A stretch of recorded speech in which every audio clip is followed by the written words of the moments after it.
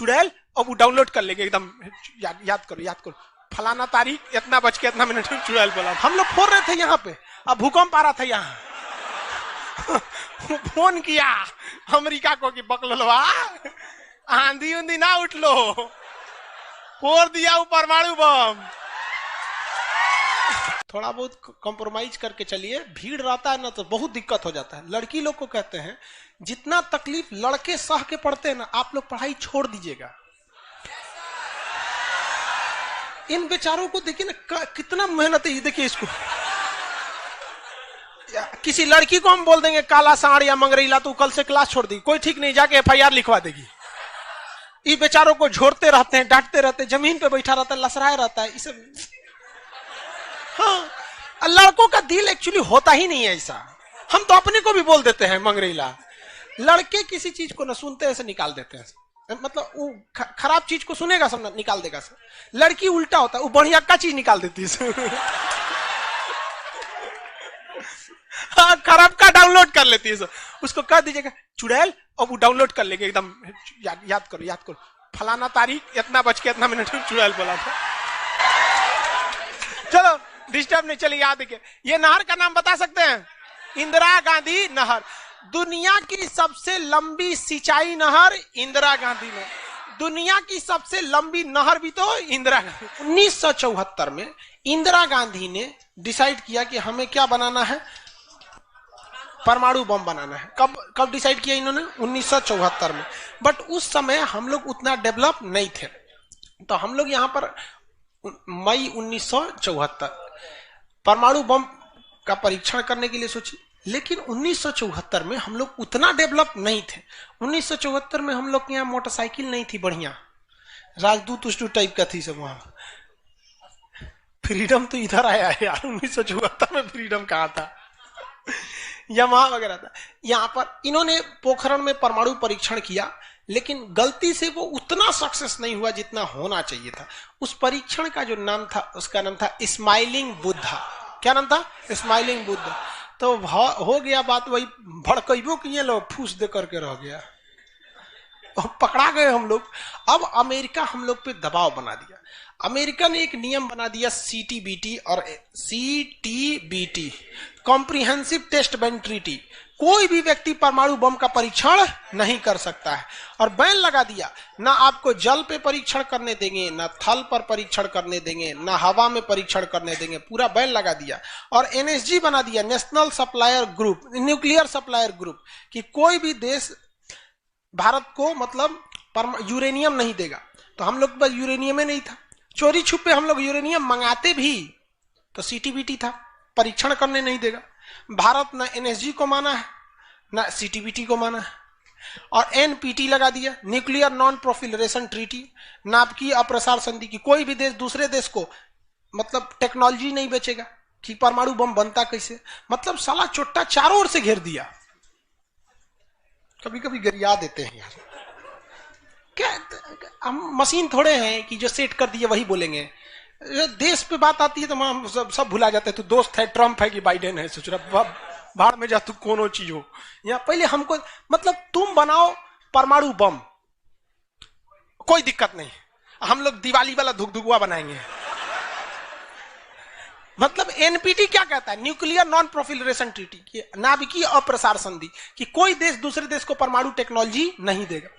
NSG, कोई देश मतलब बिना परमिशन, एनएसजी के बिना मीटिंग के मतलब यूरेनियम सप्लाई नहीं करेगा, और यूरेनियम उसी को सप्लाई करेगा जिसने सीटीबीटी पर साइन किया कि हम परमाणु बम का परीक्षण नहीं करेंगे। जी भाई साहब, परीक्षा माने बम बना के क्या कर लेंगे? मान के चलिए हमारे पास टेक्नोलॉजी आ गया, ठीक है, और एनएसजी से हम सप्लाई करके यूरेनियम भी ले लिए। एनपीटी कहता है बम परीक्षण नहीं करने देंगे। तो भाई बना के रखने से थोड़े होता है, एक बार पटके वो काम कर रहा है कि नहीं, पता चला बना के रख लिए, युद्ध में पटके तो धुआं दे के रह गया। तो एक बार परीक्षण मतलब चारों ओर से हम लोग को घेर दिया था। अब भारत वाले वैज्ञानिक भी तो मतलब है सब उसी हिसाब के ना। भारत वाले ने कहा कि एक काम कीजिए, एक समझ में नहीं आ रहा है, अमेरिका से कहिए तू हमारे यहाँ परमाणु बिजली घर लगाओ। तो इंदिरा गांधी थी ना, अमेरिका को फुसला दी, कही कि देखिए ना गुजरात में हमारा तारापुर जगह है, वहां परमाणु बिजली घर लगाना है, उसमें बिजली बनेगा, लाइट बत्ती जलेगा। आप बिजली घर लगाइए, सुने हैं कि 300 करोड़ का खर्चा आता है, जबकि 200 करोड़ का खर्चा आता था। तो अमेरिका लपलपा गया कि अरे दादा बिना मोलाई तो रेट बढ़ा दी है। अजब हाल है भाई, महिला मोलाई ना करे, ऐसा हो सकता है? महिला को कोनो सामान फ्री में कहेंगे तो कहेगी 2 गो दे दो।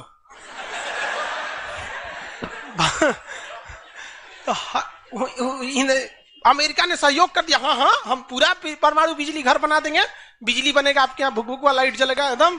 तारापुर में 1972 में बिजली घर लगा दिया। अब बिजली घर चलेगा कैसे?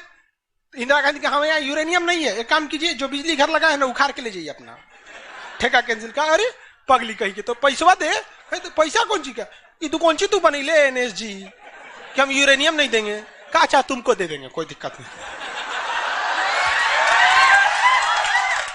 अब वो यूरेनियम लिया था हमें बिजली घर में भड़काने के लिए। अरे भैया तू ले आओ ना, हम लोग ने डिसाइड करेंगे इसको भड़काना किधर है। इधर आया 1972 में तारापुर में, उधर तैयारी चल रही थी 1974 में। हम लोग ने उसमें से निकाल के इसमें भड़का दिया।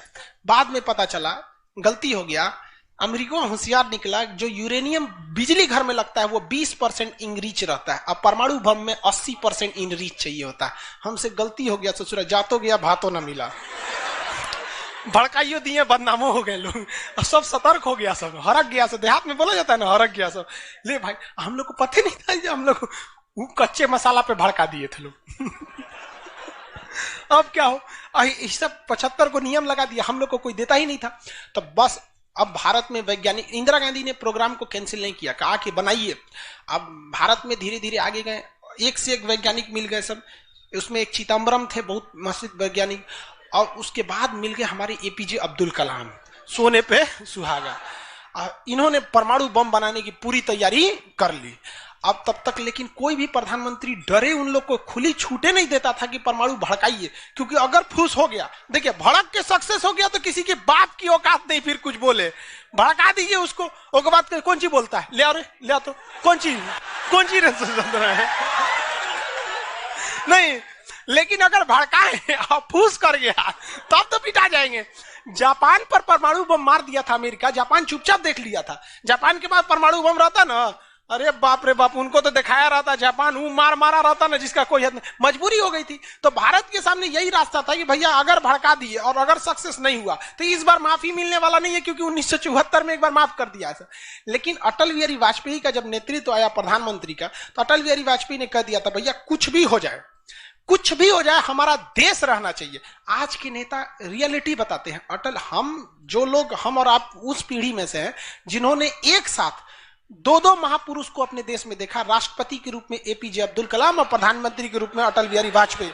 और यह सौभाग्य पृथ्वी पर अब किसी को नहीं मिलने वाला है, क्योंकि ये ऐसे लोग थे जिनका अपना परिवार बाल बच्चा कुछ नहीं, देश ही समझा मतलब देश है यहाँ पे, और कुछ नहीं। यहाँ पे गलवान में चीन घुसा है ना, चोट्टा अटल बिहारी वाजपेयी रहते तो बता रहे, तो दिखने में बुढ़ा थे अटल बिहारी वाजपेयी। यहाँ पे बड़े बड़े जवान लोग का छक्का छुड़ा देते थे बॉर्डर पे।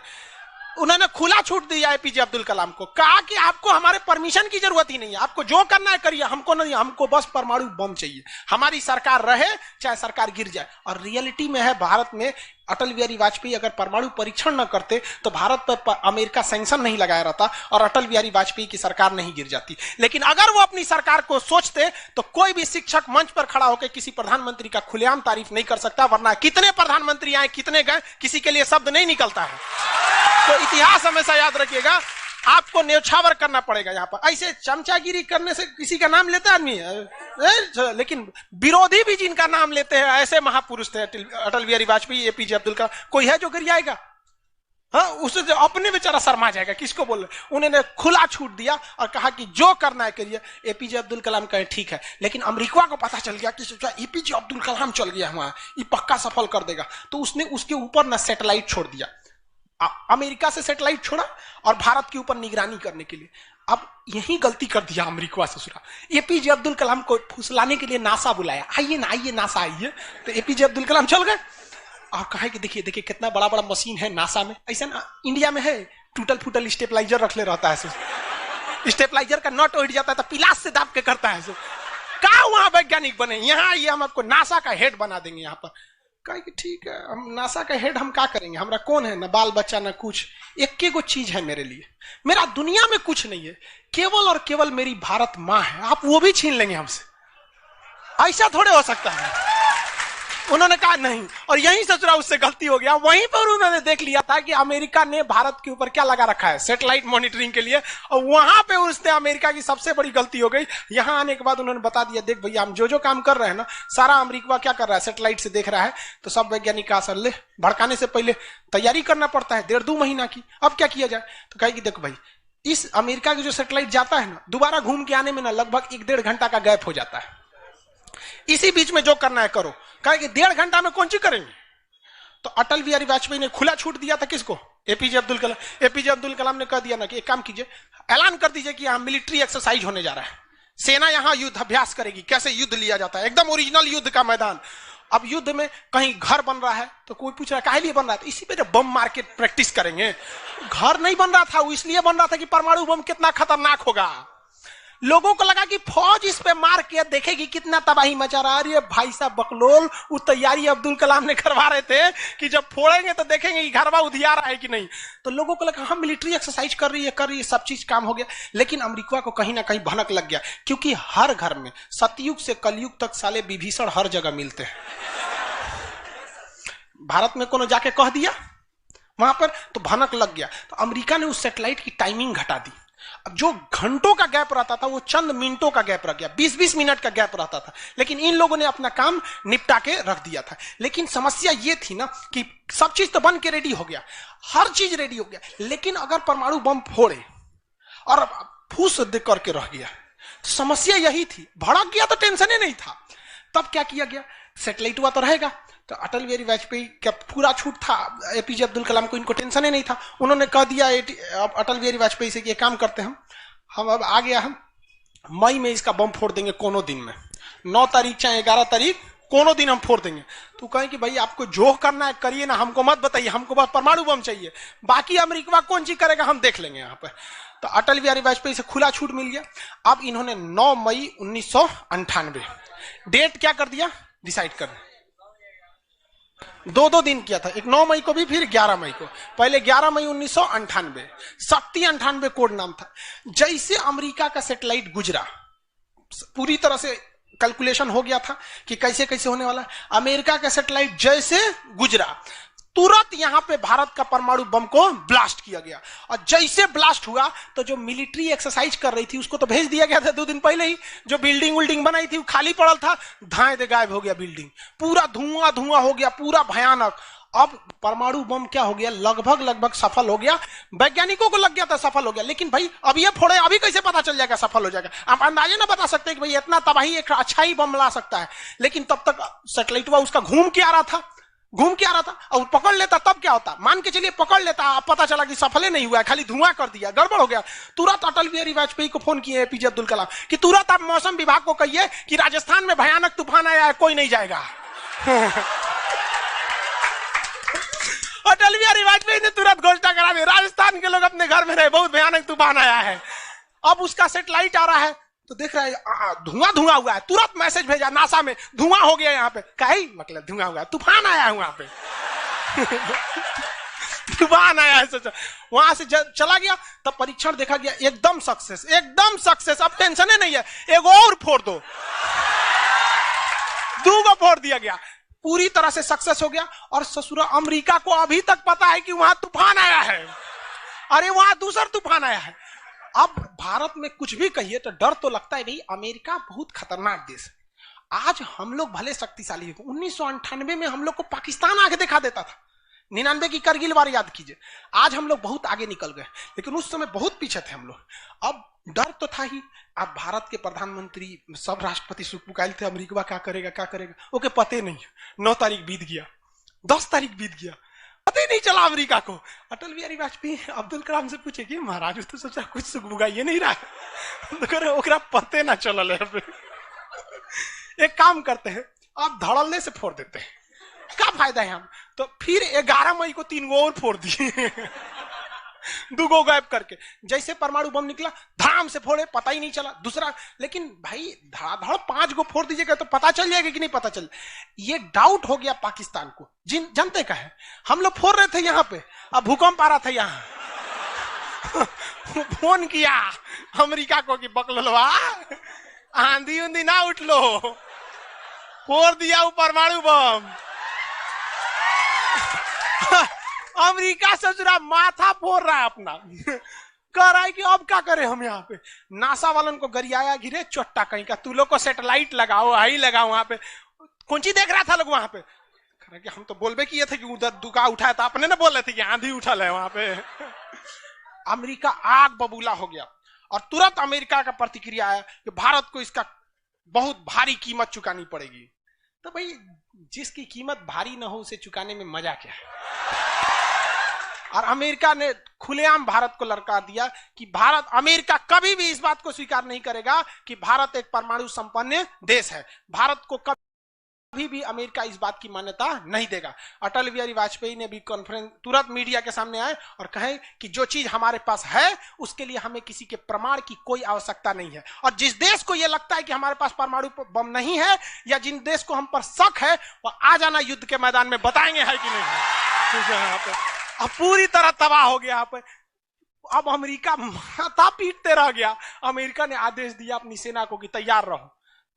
अटल बिहारी वाजपेयी ने आदेश दिया अब्दुल कलाम को कि जो बम बनाए हैं ना, 2-4 गो फोटोकॉपी उसका रेडी रखिए। फोटोकॉपी मतलब उसका बना के रेडी रखिए, क्योंकि सेना की लड़ाई में भाई आर्मी टू आर्मी बहुत दिक्कत हो जाएगा। एडवांस है वो बहुत। आज के वक्त में भी हमारा हथियार वहीं से खरीद के आता। भारत ने भी डिसाइड कर लिया कि जो होगा आपकी परमाणु बम से होगा। अमेरिका भी डर गया कि ना भाई इससे लड़ना अब ठीक नहीं है। पाकिस्तान वो बम बना के रख ले था, डरे नहीं फोड़ रहा था।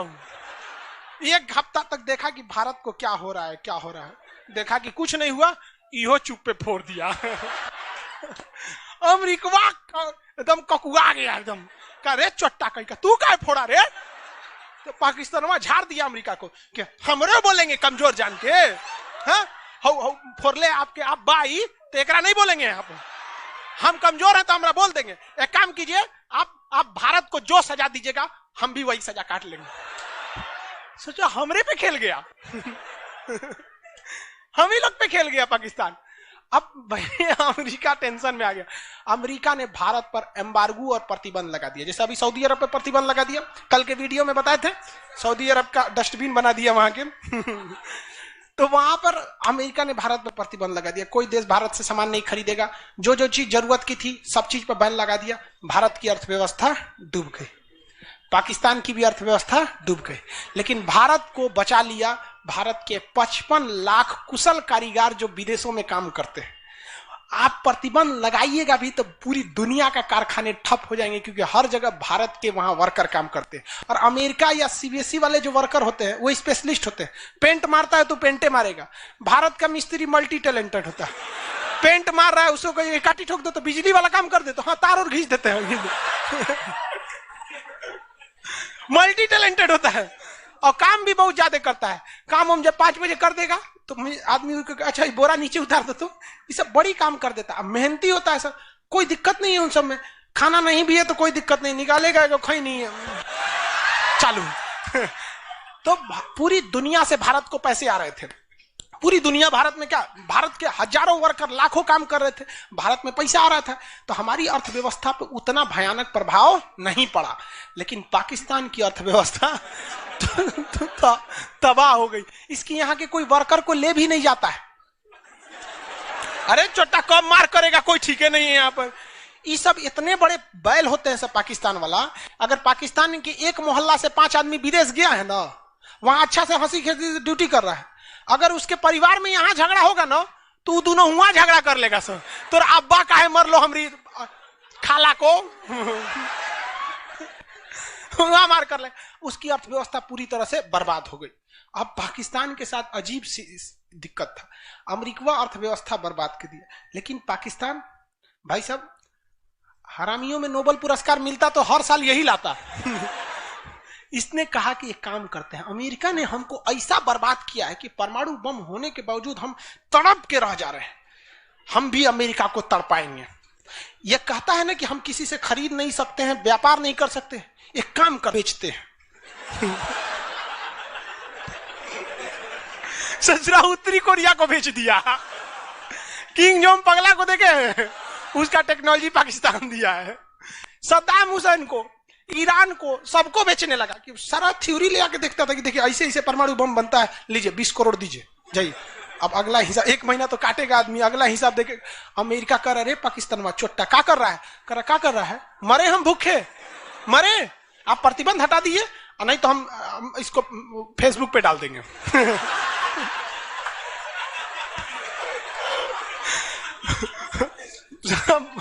अमेरिका पगला गया, अमेरिका प्रतिबंध हटाया।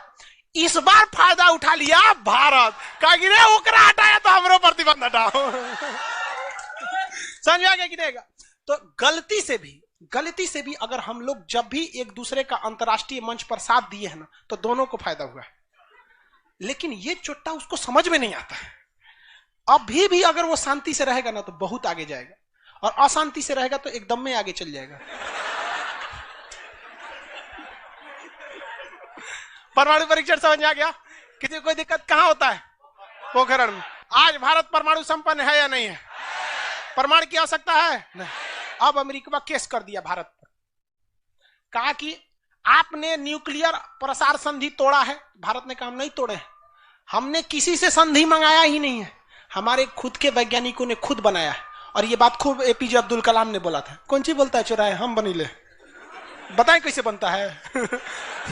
कहा कि अच्छा ठीक है ये नहीं है, लेकिन आपने यूरेनियम तो चोरी से मंगाया। कहा चुप चट्टा कहीं का चोरी से मंगाया, हमारे केरल में यूरेनियम निकलता है, जादूगोड़ा की खान झारखंड से निकलता है, उसी से हम बनाए, हम किसी से भीख नहीं मांगे हैं, हम हिंदुस्तानी हैं लोग, यहाँ पे भीख में तो हमें कुछ भी नहीं चाहिए।